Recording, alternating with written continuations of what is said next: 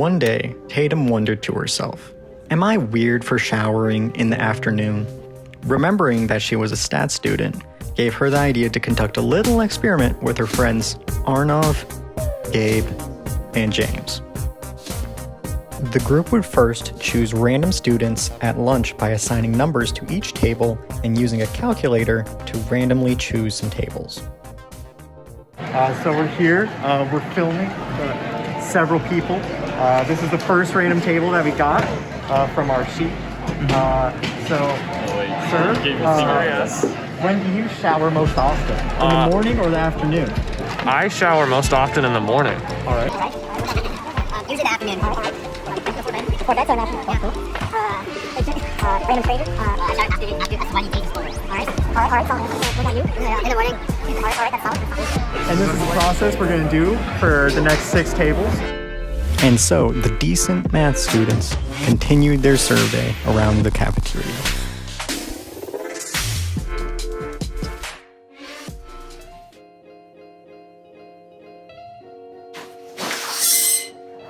Okay, the null hypothesis is that p equals 0.5. The alternative hypothesis is that p is greater than 0.5. The p is the proportion of students at Perry High. The alpha is 0.05. So we use 0.5 for our hypothesis because if it's equal to 0.5, that means we have the same amount of people showering in the afternoon and in the morning. But if it's p is greater than 0.5, more people are showering in the afternoon because our p should be the proportion of students at Perry High School who shower more in the afternoon, which is what we're testing for in this situation.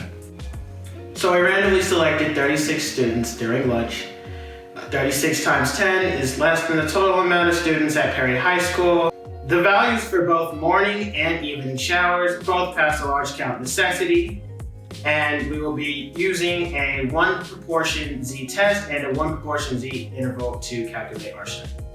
We used a 1 proportion z-test and interval because we were using one sample of students and we were looking for a proportion, not a mean.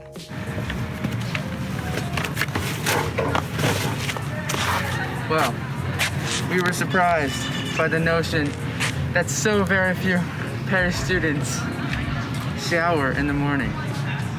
In our calculations, we found using the 1 prop z interval, the interval of 0.57591 to 0.86853.